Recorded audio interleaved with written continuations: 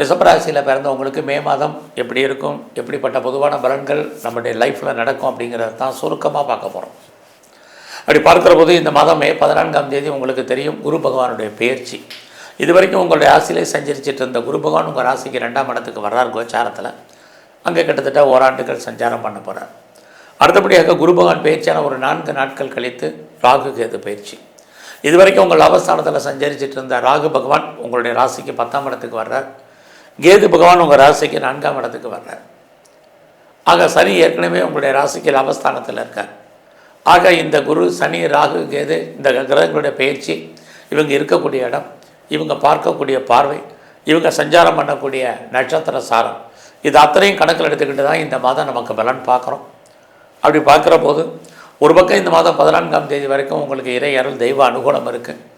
இன்னொரு பக்கம் 14ஆம் தேதிக்கு அப்புறம் உங்கள் கையில் பணம், பொருள், தனம் இருப்பதற்கான வாய்ப்புகள் நிறையா இருக்குது.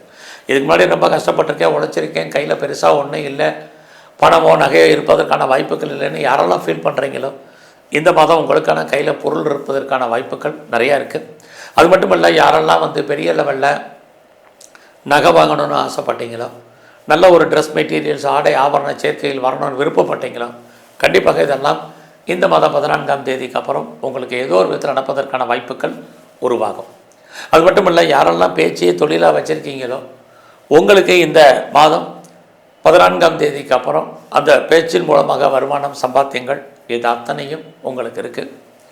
குறிப்பாக இந்த மாதம் 18ஆம் தேதிக்கு அப்புறம் நீங்கள் பெரிய லெவலில் ப்ரொடக்ஷன் சார்ந்த துறைகளில் இருக்கீங்கன்னா உங்களுடைய உற்பத்திக்கு தகுந்த சேல்ஸ் இருக்குது. பட் லாபம் இருக்குமான்னா நார்மல். இந்த மாதம் 18ஆம் தேதிக்கு அப்புறம் யாரெல்லாம் மேனுஃபேக்சரிங் லைனில் இருக்கிறீங்க அப்படிங்கிறவங்களுக்கு பரவாயில்லாமல் இருக்கும்.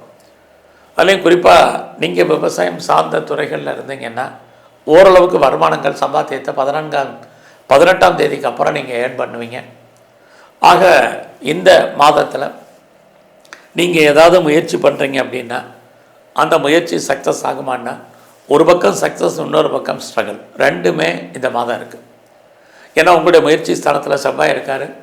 செவ்வாய் இருந்தாலே தைரியம் வந்துடும், பெரிய லெவலில் உங்களுக்கு ஒரு கான்ஃபிடென்ட் இருக்கும், எதையுமே ஃபேஸ் பண்ணுறதுக்கு ஒரு தன்னம்பிக்கை, இறை அருள் கிடைக்கும். இன்னொரு பக்கம் இந்த செவ்வாய் வாங்கின சாரம் சனி உங்களுடைய ராசிக்கு 11ஆம் இடத்துல லாபஸ்தானத்தில் இருக்கார். உங்களுடைய சின்ன சின்ன ஆசைகள்லேருந்து பெரிய ஆசைகள் வரைக்கும் பூர்த்தி ஆவதற்கான வாய்ப்பை சனி பகவான் உங்களுக்கு கொடுப்பார். இன்னொரு பக்கம் இந்த செவ்வாய் புத நட்சத்திரத்தில் இருக்கிறது, அந்த பூர்த்தி ஆகல நிறைய போராட்டங்கள் இருக்குது. எப்பயுமே வெற்றி எளிதில் கிடைக்கிறது இல்லை. இந்த மாதமும் உங்களுக்கு அதுக்கான வாய்ப்புகள் உண்டு. ஸோ எவ்வளோக்கு இந்த மாதம் நீங்கள் தேடுதல் என்பதற்கு அந்தளவுக்கு சக்ஸஸ் பண்ணுவீங்க. லைஃப்பில் உங்களுக்கான எய்ம் என்ன, ப்ராஜெக்ட் என்ன, இது எப்படி சக்ஸஸ்ஃபுல்லாக கொண்டு போகிறது அப்படிங்கிற பிளானிங்கை பண்ணுங்கள். உங்களுக்கு வாழ்க்கையில் நீங்கள் எதிர்பார்த்த வெற்றி கிடைக்கும். அது மட்டும் இல்லை, இந்த காலங்களில் யாரெல்லாம் நீங்கள் உறவுகளால் நன்மை எதிர்பார்த்து இருக்கீங்களோ ஒரு நன்மை உண்டு, ஒரு பிரச்சனைகள் உண்டு, ரெண்டுமே இருக்குது. நெருங்கிய உறவுகள் உங்களை விட்டு பிரிஞ்சு போக வேண்டிய காலம் அல்லது அவர்களை விட்டு நீங்கள் பிரிஞ்சு இருக்க வேண்டிய காலகட்டங்கள் இதுவும் இந்த மாதத்தில் உங்களுக்கு இருக்குது. ஆக ரிஷப ராசியில் பிறந்து நீங்கள் ரொம்ப நாளாக வீடு மாறணும்னு நினச்சிட்டு இருந்தீங்கன்னா உங்களுக்கு மாற்றங்கள் உண்டு. இடம் மாறணும்னு நினச்சிட்டு இருந்தவங்க நீங்கள் லைஃப்பில் முற்றிலும் புதிய சூழ்நிலைகள், புதிய இடங்களில் வாழ்க்கை நடத்துவதற்கான வாய்ப்பு இதெல்லாமே இந்த மாதம் இருக்குது. இந்த மாதத்தில் எதிர்பாராத பயணத்தால் ஒரு பக்கம் நன்மை, இன்னொரு பக்கம் செலவினங்கள் இதுவும் உண்டு. உங்களுடைய இளைய சகோதர சகோதரிகள் இருந்தால் அவர்களுக்காக செலவு பண்ண வேண்டிய காலங்கள் இந்த மாதத்தில் இருக்குது. அது மட்டும் இல்லை, இந்த மாதத்தில் ரொம்ப நாளாக என்னுடைய ப்ராப்பர்ட்டி விற்கலை, என்னுடைய சொத்துக்கள் எப்போ விற்கும் தெரியலை, நல்ல விலைக்கு போகுமானு யாரெல்லாம் ஃபீல் பண்ணிகிட்டு இருக்கீங்களோ உங்களுடைய ப்ராப்பர்ட்டி எதிர்பார்த்த விலைக்கு சேல் ஆகிறதுக்கான வாய்ப்பு அல்லது அது சம்மந்தப்பட்ட பேச்சுவார்த்தைகள், அக்ரிமெண்ட் போடுறதுக்கான சூழ்நிலைகள் இது அத்தனையும் ரிஷபராசியில் பிறந்த உங்களுக்கு இந்த மாதம் இருக்குது. இன்னொரு பக்கம் உங்களுடைய ராசிக்கு 4ஆம் இடத்துல கேது 18ஆம் தேதிக்கு அப்புறம் வர்றாரு. உங்களுடைய உடல் ஆரோக்கியம், அம்மாவுடைய உடல் ஆரோக்கியம் ரெண்டுலேயும் ரொம்ப கவனமாக இருக்கணும். சனி பகவான் உங்களுடைய 5ஆம் இடத்தை பார்க்குறதுனால உங்களுக்கு புதுசாக காதல் விஷயங்கள் ஏற்படுவதற்கான வாய்ப்பு நிறையா இருக்குது. ஆல்ரெடி நான் அஃபேரில் தான் இருக்கேங்கிறவங்களுக்கு உங்களுடைய லவ் சக்ஸஸ்ஃபுல் ஆகிறதுக்கான சூழ்நிலைகள் நிறைய உண்டு. ஸோ இந்த காலகட்டங்களில் உங்களுடைய ப்ரொஃபஷன், ஜாப், உங்களுடைய கரியர் எப்படி இருக்குதுன்னு பார்க்குறோம். இந்த மாதம் 14ஆம் தேதிக்கு அப்புறம் குரு பகவான் உங்களுடைய சர்வீஸ் ஸ்தானத்தை பார்க்குறதுனால யாரெல்லாம் பெரிய லெவலில் வேலை தேடிட்டு இருக்கீங்களோ வேலை கிடைக்கும். வேலைக்கான வாய்ப்பு, ஆப்பர்ச்சுனிட்டி உங்களுக்கு அதிகமாக இருக்குது. ஆல்ரெடி நான் சர்வீஸில் தான் இருக்கேன், குறிப்பாக நான் கவர்மெண்ட் சர்வீஸில் இருக்கேன், ப்ரைவேட் செக்டாரில் இருக்கேன், எனி அதர் அஃபிட்டட் கன்சர்னில் இருக்கேங்கிறவங்களுக்கு உங்களுடைய வேலையில் பெரிய லெவலில் ப்ரொமோஷனும் இன்க்ரிமெண்ட்டாக இருந்தால் கூட அதை ரீச் ஆகிறதுக்கு அடையிறதுக்கு நீங்கள் பெரிய விலை கொடுக்க வேண்டிய காலங்கள் இந்த மாதத்தில் இருக்குது. ஏன்னா உங்களுடைய ராசிக்கு 8ஆம் இடத்தை ஏற்கனவே சனி பகவான் பார்க்குறார். குரு 14ஆம் தேதிக்கு அப்புறம் பார்க்குறார். 8ஆம் இடம் அப்படின்னாலே ஸ்ட்ரகிள்னு அர்த்தம், பிரச்சனைன்னு அர்த்தம், போராட்டம்னு அர்த்தம்.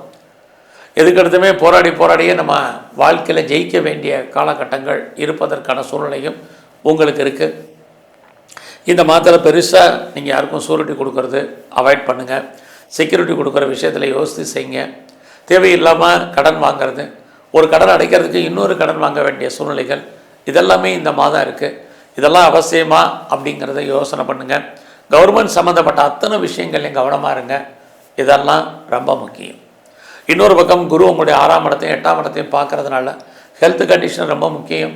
யாருக்கெல்லாம் இந்த மந்தில் ஏதாவது சர்ஜரி பண்ணணுன்னு இருக்கா போஸ்ட்போன் பண்ணாதீங்க, கண்டிப்பாக பண்ணுங்கள்.